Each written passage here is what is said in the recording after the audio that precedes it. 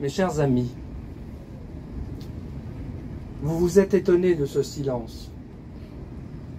C'est celui qui a duré 50 ans avant que ne soit évoqué très progressivement le génocide des Arméniens. 20 longues secondes.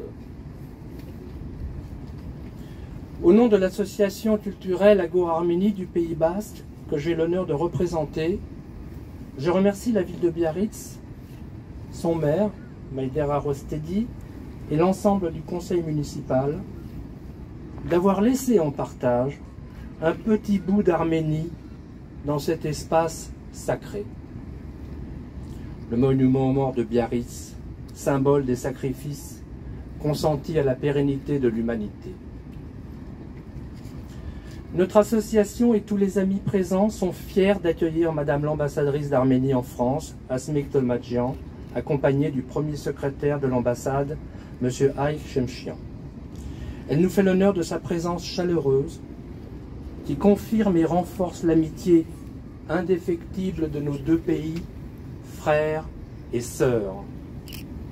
Je remercie également M. le sous-préfet Philippe Lemoine-sur-Zur de sa présence renouvelée, le député Vincent Bru, toujours à nos côtés, et toutes les personnalités locales, régionales, religieuses, administratives et anonymes qui spiritualisent notre assemblée mélangée. Ce 29 octobre 2021, le rêve de notre association se réalise. La naissance de la stèle de la mémoire future à Biarritz, au Pays Basque, en France. La pensée arménienne, concentrée de pudeur, souvent désorientée, commence à surmonter ses doutes. Ce lent mûrissement a demandé plusieurs générations. Sa culture des origines se transforme, comme fondue enchaînée, maintient vivante la mission sacrée transmise par les parents, à savoir être français et arménien dans le respect des innocents martyrisés évoqués sur la pierre de mémoire. Dans ce majestueux monument national dédié aux victimes des guerres passées, l'âme du peuple arménien qui flotte dans les lointains depuis un siècle pourra se fondre dans la vaste nuée des victimes innocentes de tous les génocides de par le monde et de tous les temps. Nous sommes réunis devant la stèle de grès rose de la Rune, poussière d'étoiles. Elle ouvre la porte d'accès aux deux mondes. Le monde des morts, habité pour toujours, par nos martyrs ossifiés et les résistants arméniens qui ont donné leur vie pour la France au cours des deux guerres. Je pense à Misak Manouchian de l'Affiche rouge. Je veux vous citer le lieutenant-colonel hospitalier en 1920. En échange de l'hospitalité, les Arméniens ont versé pour la France le meilleur de leur sang, après lui avoir fait don de leur cœur. Après le monde des morts, le monde des vivants, celui de l'éternité à venir. Cette pierre devenue Khachkar spiritualise l'alliance alchimique de l'Arménie fondue dans la France. Elle symbolise un carrefour de routes faites de rencontres et de fracas. La route gauloise, à l'origine phrygienne, elle va vers l'ouest et est empruntée par les Galates, autre nom des Gaulois. La Galatie avait comme capitale Ancyre, l'actuelle Ankara, l'Angora de nos pères. Ces Galates d'Asie mineure seraient probablement à l'origine d'une partie de nos, je dis bien nos, ancêtres les Gaulois.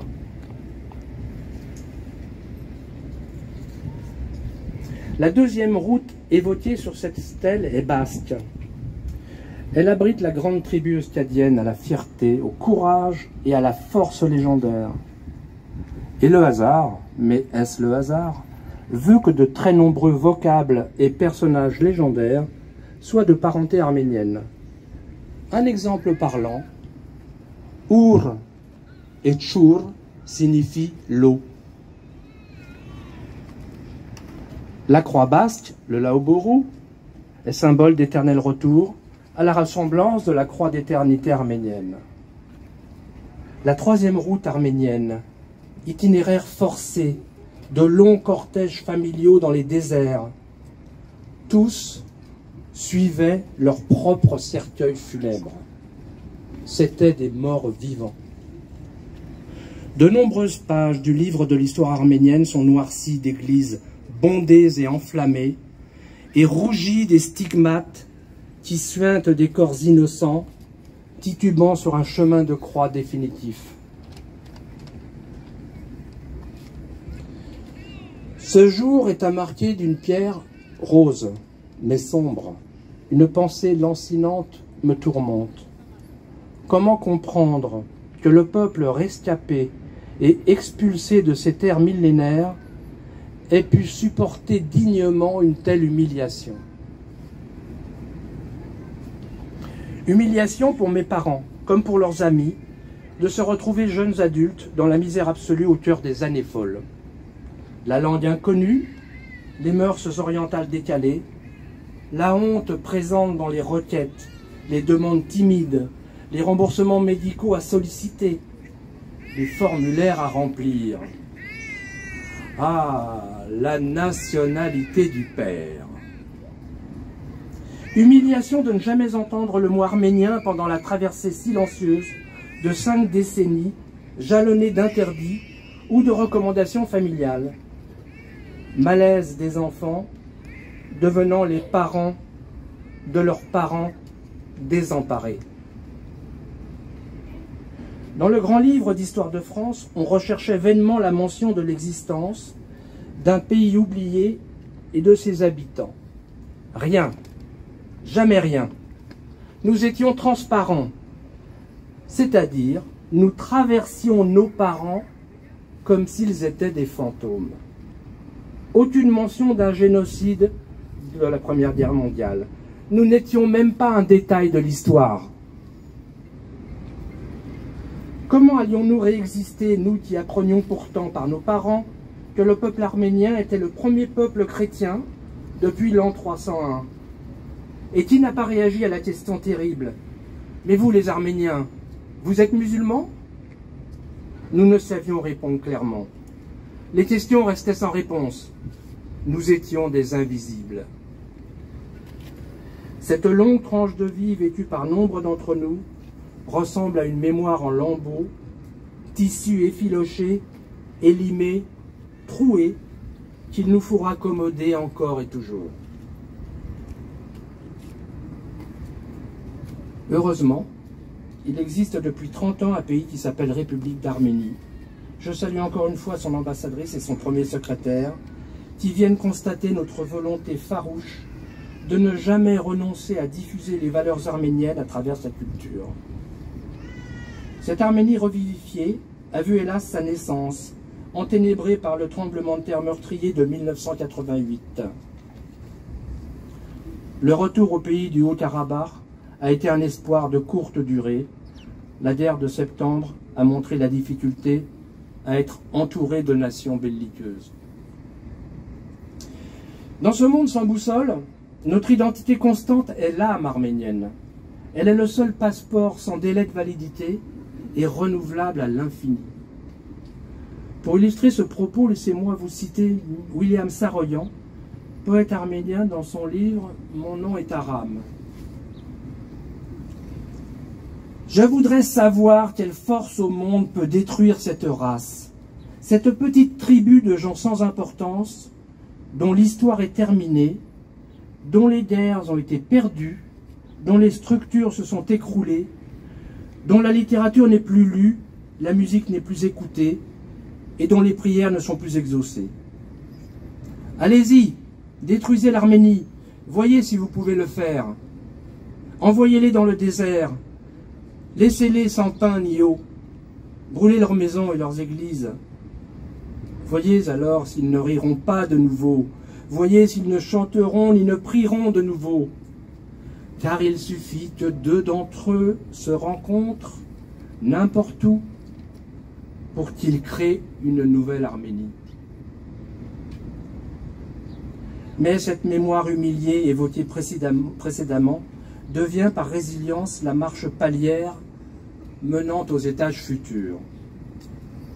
Nos parents et grands-parents, nos familles, rescapés miraculeux, ont serré les dents. Ils s'appuyaient encore et toujours sur les fondations éternelles et vitales que sont l'école, la foi, le courage, la connaissance, l'envie farouche d'apprendre pour revivre et mériter la chance inespérée de devenir français dans un futur proche.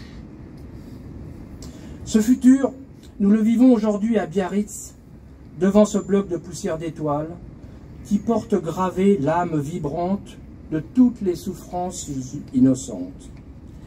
Cette stèle témoigne de la mort inexcusable qui a frappé tant de femmes, d'enfants et de vieillards, mais elle percute l'étincelle génératrice des nouvelles destinées.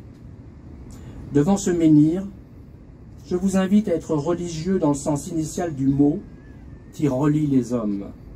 Reliés, nos pensées forment un halo de lumière éclairant tous les malheureux, les sacrifiés innocents de la folie humaine, les Arméniens restant les précurseurs des victimes qui jalonneront ce terrible XXe siècle.